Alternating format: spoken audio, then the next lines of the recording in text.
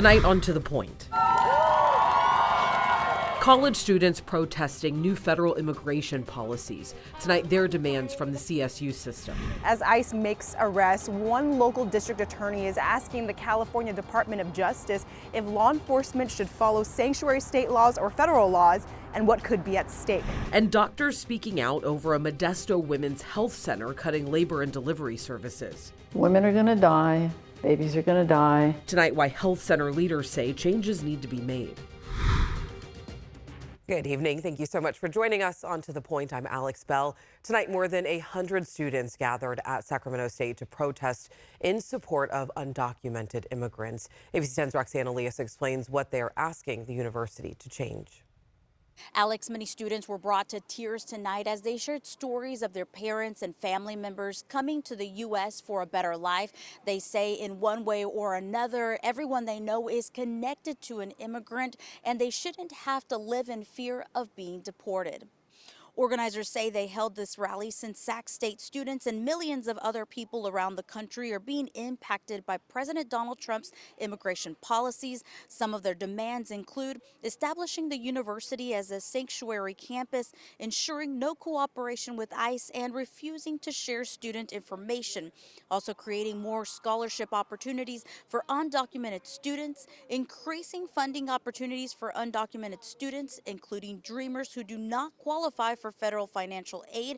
For those who do not know, Dreamers are people who live in the U.S. and were brought to the country as a minor without proper legal documentation. We reached out to Sacramento State in response to today's rally. They sent us this statement from President Luke Wood, which was sent out to the campus last week. It says, "We are committed to supporting freedom of expression and freedom of speech. Many within our community have expressed that these protests do more harm and bring unwelcome exposure to our vulnerable student communities. We ask that the organizers use discretion and judgment. Please be thoughtful."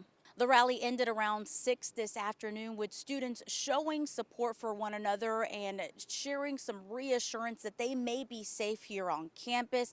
Now, just to be clear, we do not know of any ICE operations that have happened here on campus. In Sacramento, Roxanne Elias, ABC 10. All right, Roxanne, thank you so much. Tonight, local law enforcement is asking for advice on how to handle immigration issues as the federal government threatens to withhold funding. The El Dorado County District Attorney sent a letter to the California Attorney General asking what laws to follow. As ABC 10's Jeannie Nguyen reports, the district attorney says even after the Attorney General responded, the answer is still not clear. The first month of President Donald Trump's second term, he's made good on his promise to deport people living in the United States without proper documents. We sent a letter to the AG's office asking for guidance, very specific guidance on how to manage the situation that we're in here in terms of law enforcement. Approved by Governor Jerry Brown in 2017, Senate Bill 54, known as California's Sanctuary State Law, prevents a person from being arrested or detained for immigration enforcement purposes. But Pearson says this specific law conflicts with federal law. Someone who's a foreign national, who's physically here and commits a new crime here in the state of California. And what can we do about it? That's why Pearson sent the Attorney General's office this letter asking for an opinion on the issue, fearing if he ignores federal rules, his county will miss out on crucial federal dollars. Would you rather us notify ICE and let ICE come pick them up, as they will when they're released from the local county jail? Or would you rather ICE find out 2 or 3 days later and go looking in the community where that person was last known to live? In response, the Attorney General wrote a letter to the district attorney saying that it declines the DA's request for an opinion on the matter. The Attorney General's letter says that an ongoing lawsuit against SB 54 prevents it from providing Pearson with more details, but did point to an information bulletin on how law enforcement agencies throughout the state should handle immigration issues. I think that in this instance, the Attorney General's office is interpreting the letter is really a political attempt at getting publicity. UC Davis law professor Kevin Johnson says he believes this letter is political. And when ABC 10 asked him about California's sanctuary state law, it's better for local law enforcement to focus on public safety and common crime than to focus on immigration enforcement. Pearson says he still hopes there can be a more clear solution from the state in the near future. So Jeannie, of course, reached out to the AG's office as well about this. What did they have to say to you? Well, Alex, a press person with the AG's office did send me an email that said, please see attached, and it just attached the email that the letter that we showed you in the story today. But aside from that, Kevin Johnson with UC Davis Law tells me he believes the AG's office would consider suing against the Trump administration if federal dollars are withheld because law enforcement is abiding by the laws as stated in SB 54. I think the AG's office preparing for a lot of lawsuits from what we're hearing. Exactly. All right, Jeannie, thank you so much. Of course, we will continue to follow this. But let's get into the Trump administration's first 100 days. President Trump today signed an executive order that enforces the Department of Government Efficiency, or DOGE, to shrink the federal workforce. Trump made an appearance with Elon Musk in front of reporters before signing the order. According to the order, the director of the Office of Management and Budget will submit a plan to reduce the size of the federal government's workforce through efficiency improvements and attribution. This order comes after a federal judge blocked the administration's attempts to offer buyouts to thousands of employees. President Trump today also meeting with the King of Jordan at the White House. The two spoke about Trump's plan to take over the Gaza Strip. It comes as there's uncertainty about the ceasefire deal between Israel and Hamas. We have Christian Cordero who has the latest from Washington tonight. Today, two world leaders with conflicting views of the war in the Middle East met behind closed doors. In the Oval Office, President Trump again said the U.S. would take over the Gaza Strip, uproot the Palestinian population, even proposing Jordan and Egypt parcel off land for them. Jordan and Egypt have long supported a two-state solution that would give Palestinians their own country. King Abdullah, what do you think about the U.S. taking over the Gaza Strip? Do you want to see the U.S. own the Gaza Strip? Well, I think, as I said earlier, the president is looking at Egypt coming to present their plan. As he waits on Egypt, the king announced a plan of his own to take in 2,000 sick Palestinian children. Trump called it a beautiful gesture. The Gaza Strip is home to more than 2 million Palestinians. Under Trump's idea to develop that land, he said relocated Palestinians would no longer have the right to return to it. Some people say this is ethnic cleansing. You won't be able to force them to leave the land. We're moving them to a beautiful location where they have new homes, where they can live safely, where they'll have doctors and medical and all of those things. Trump has vowed the U.S. would not buy Gaza, that his proposal would require no tax dollars or American troops. He has otherwise offered no details of his plan. The back and forth comes as Hamas announced it's suspending its upcoming release of Israeli hostages this weekend, accusing Israel of violating its ceasefire deal, to which Trump offered this ultimatum. They either have them out by Saturday at 12 o'clock or all bets are off. And Israeli Prime Minister Benjamin Netanyahu appears to agree with Trump's assertion, saying if Hamas does not meet that noon deadline on Saturday, the ceasefire will be over. Still ahead on To the Point, a Modesto health center limiting its labor and delivery services tonight. Doctors share their concerns for patients amid a growing doctor shortage. After freezing temperatures this morning, we're right back to weather impact alert on Thursday. Rain, snow, thunderstorms, and windy weather. We are tracking flooding and snow potential. Plus, tariff uncertainty tonight, what the increase in tariffs for steel and aluminum could mean for your wallet.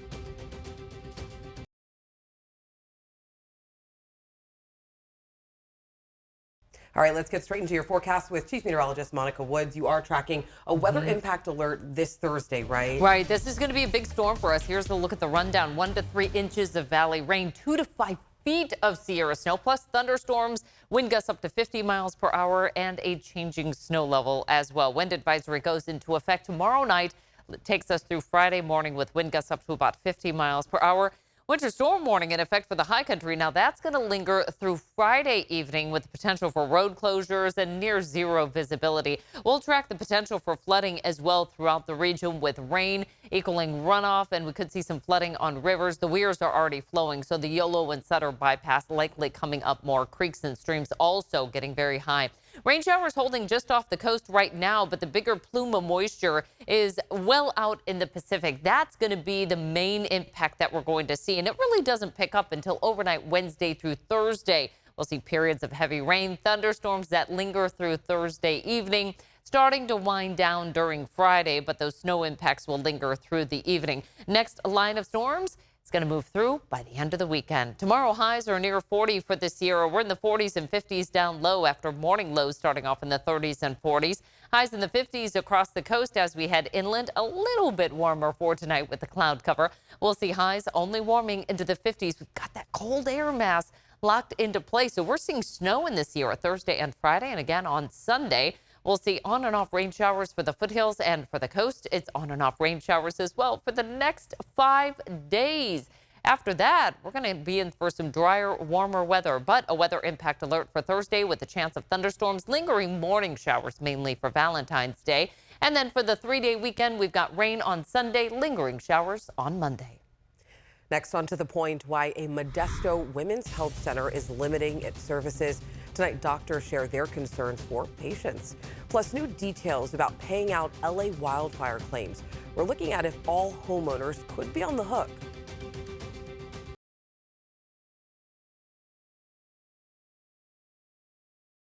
Welcome back. A doctor shortage in the Central Valley is leading to a controversial choice for one community health clinic. And now clinic leaders and doctors are at odds over how to solve the problem. One of those doctors emailed us here at To the Point asking us to look into this story. So ABC 10's Becca Habegger went to Modesto to get answers. Golden Valley Health Centers provides healthcare services to underserved communities at 47 clinics throughout San Joaquin, Stanislaus, and Merced counties. We care for more than 160,000 patients. Dr. Eduardo Villarama is Golden Valley's chief medical officer and explains 85% of all patient visits are Medi-Cal patients. And the people of color in the underserved communities are our primary clientele. But recently, Dr. Villarama and other Golden Valley leaders announced a change at one particular clinic, Women's Health in Modesto. For years, the clinic has offered labor and delivery services, meaning a pregnant patient getting prenatal care here will have their baby delivered by the same doctor or group of doctors. But starting May 1st, labor and delivery services are going away. Women are going to die. Babies are going to die. Dr. Susan Podolsky reached out to ABC 10 with concerns. She and 3 other healthcare professionals, 2 of whom work for Golden Valley's Women's Health Center, sat down to discuss why they're opposed to the change. Who's going to take care of the patients in the hospital? Who is going to perform gynecologic surgeries? Dr. Lloyd Lee is one of Golden Valley's OBGYNs affected by this change. Golden Valley says with its staff spending so much time at the hospital doing labor and deliveries, some 1,500 to 2,000 per year, they cannot meet the growing patient load demands for care at the clinic. Our doctors that are meant to be seeing patients in the office are ending up at the hospital for deliveries. So patient appointments are then canceled or rescheduled. He and this group agree a doctor shortage is a major factor. If there were more doctors to meet the demand, clinics wouldn't have to cut services. We live in an OBGYN desert. We had a hard time recruiting the doctors. They're not around. Dr. Sylvia Diego is the former chief medical officer for Golden Valley. She now has her own practice. She and these others think cutting labor and delivery, and therefore leaving pregnant patients to figure out where to have their baby, is not the way to address the problem, especially with just 90 days notice. There's that break in the chain of the continuum of care. I don't believe that is caring for your patient, because you can't just take care of them in the office and then drop them off. Maria Obispo is a nurse practitioner at Golden Valley's Women's Health in Modesto.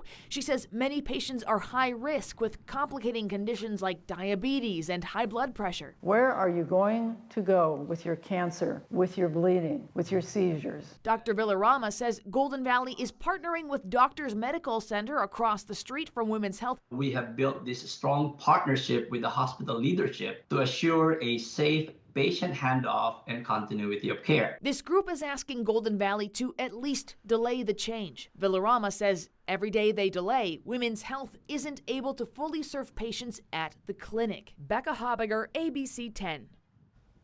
Golden Valley Health Centers receives federal funding in exchange for providing primary care to underserved communities. So we asked whether federal funding concerns under the Trump administration factored into the decision to cut labor and delivery. Golden Valley says no, that this change was all in motion well before the election. We did confirm today that Golden Valley leaders traveled to Washington, D.C. last week for a conference, and they met with congressional leaders, stressing the importance of ongoing federal support. All right, let's get into your price points tonight. The California Fair Plan is now asking the state to ask private insurers for $1 billion to help pay out Fair Plan claims related to the Los Angeles wildfires. Every licensed property insurance company in California may be called on to help fund the plan. It is a condition of doing business in the state. Right now, the California Fair Plan says it's expecting a loss of roughly $4 billion from the Eaton and Palisades fires and has already paid out more than $914 million. The catch is all private insurers could eventually pass this cost on to policyholders in the form of a one-time fee. The state insurance department will ultimately have to approve those costs if they are requested. We'll have much more on this story coming up tonight on Late News Tonight at 11. The U.S. stock market is the U.S. stock market opening down today after President Trump imposed 25% tariffs on all U.S. imports of steel and aluminum. Trump says this move will be beneficial for U.S. manufacturing and production, but experts warned this could have a ripple effect. ABC 10's Garshpal Sangha spoke to a business owner and an economics professor about the impact that these tariffs could have on everyday items. President Donald Trump imposing new tariffs on all steel and aluminum coming into the country. He says 25% without exceptions or exemptions. And that's all countries, no matter where it comes from, all countries. If made in the United States, however, United States of America, there is no tariff, zero. The move, however, raises concerns in industries that rely heavily on steel and aluminum. At least in my industry, steel and aluminum are pretty impactful of our day-to-day. Ryan Campani, a brewmaster at Touchstone Brewing in Sacramento, says even a 25% markup on materials could have a major impact. Our entire industry is going to pay more for our materials. Campania also pointed out how this tariff could affect more than just breweries. There's a lot of beer, there's a lot of soda, there's a lot of stuff in aluminum. From a giant chunk of metal to a can could change a lot of hands, and that 25% might be just the tip of the iceberg. But what does this mean for the broader economy? Dr. Gutche Sotomir, professor of business economics at Stanislaus State with the Foster Farms Endowment, warns that tariffs like these could slow economic growth and even lead to recession. Maybe this is being used as a negotiating tactic, but it's certainly a dangerous one, as I said before, because it may lead to retaliation and then it can spiral out of control.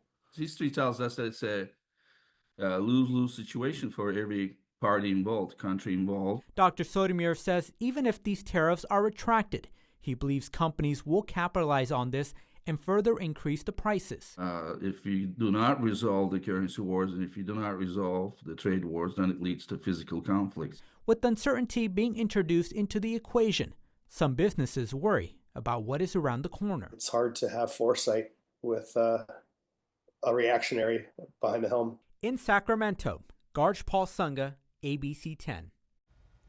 Investors are also watching for potential impacts of tariffs as a new inflation report is expected tomorrow. Federal Reserve Chair Jerome Powell testified on Capitol Hill today ahead of the report's release. Powell promising to keep his agency apolitical. He's also reassuring Americans that bank accounts are overall safe after the Trump administration shut down the Consumer Financial Protection Bureau. Powell had this to say about the economy. Overall, the economy is strong. We want to make more progress on inflation, and we think our policy rate is in a good place, and we don't see any reason to be in a hurry to reduce it further. The Fed cut its main interest rate several times through the end of last year, but traders are less optimistic about seeing more reductions this year. Powell is set to testify on Capitol Hill again tomorrow. Stay with us. We're back after this short break with what we're working on this week.